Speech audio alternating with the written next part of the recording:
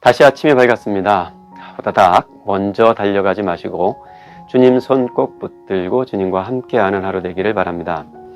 어제 예수님께서는 예루살렘 멸망 예고하는 말씀을 하셨죠. 오늘 본문에도 예루살렘 멸망에 대한 말씀이 이어집니다. 근데 좀 더 구체적이에요.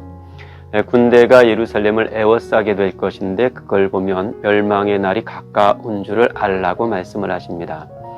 칼날로 죽는 사람들이 많게 될 거고 이방인들의 손에 붙잡혀 사로잡혀 가는 자들이 생길 거라고, 이방인들에게 짓밟힘 당할 거라고 말씀을 하십니다.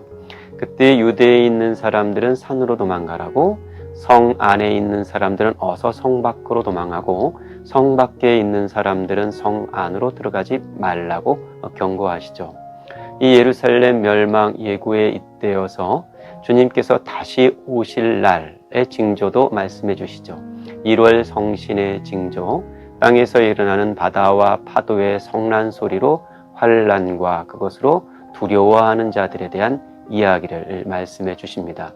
그리고 주님이 어떻게 오실 것인가를 이렇게 말씀하시죠. 그때의 사람들이 인자가 구름을 타고 능력과 영광으로 오는 것을 보리라. 마국간에 오신 예수님께서 하나님 나라를 시작하셨어요. 마국간에 오신 예수님으로 시작된 이 나라가 구름을 타고 다시 오실 예수님으로 완성이 됩니다. 그 시작과 완성 사이에 세상이 있고 교회가 있죠.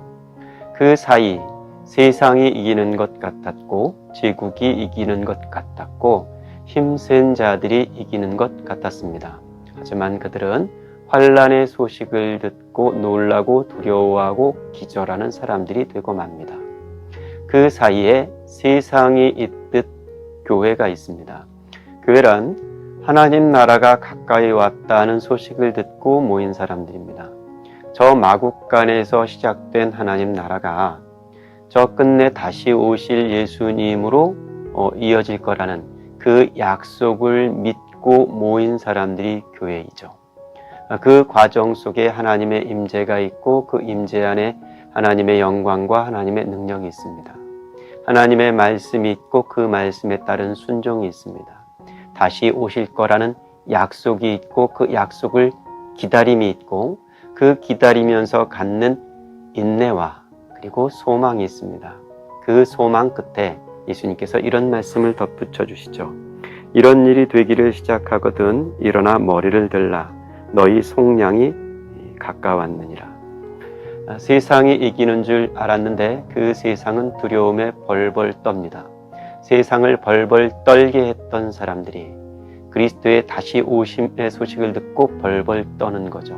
그런데 너희는 벌벌 떨 일 없다고 머리를 들라고 말씀하십니다.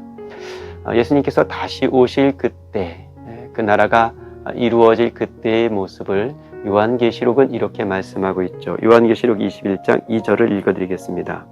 또 내가 보매 거룩한 성 새 예루살렘이 하나님께로부터 하늘에서 내려오니 그 준비한 것이 신부가 남편을 위하여 단정한 것 같더라. 요한계시록 19장 7절과 8절은 이렇게 말씀합니다. 우리가 즐거워하고 크게 기뻐하며 그에게 영광을 돌리세. 어린 양의 혼인 기약이 이르렀고 그의 아내가 자신을 준비하였으므로 그에게 빛나고 깨끗한 세마포 옷을 입도록 허락하셨으니 이 세마포 옷은 성도들의 옳은 행실이라. 저 마국간에 오신 예수님께서 하늘에는 영광 땅에는 평화라는 성탄 카드를 들고 천사들의 노래와 함께 캐롤을 부르며 오셨습니다. 그런데 다시 오실 구름을 타고 오실 예수님께서는 아예 혼인 잔치를 베풀며 웨딩 마치와 함께 오시죠. 우리를 들러리로 세우시는 것이 아니라 우리를 신부로 세우시고 그 잔치를 갖게 하십니다.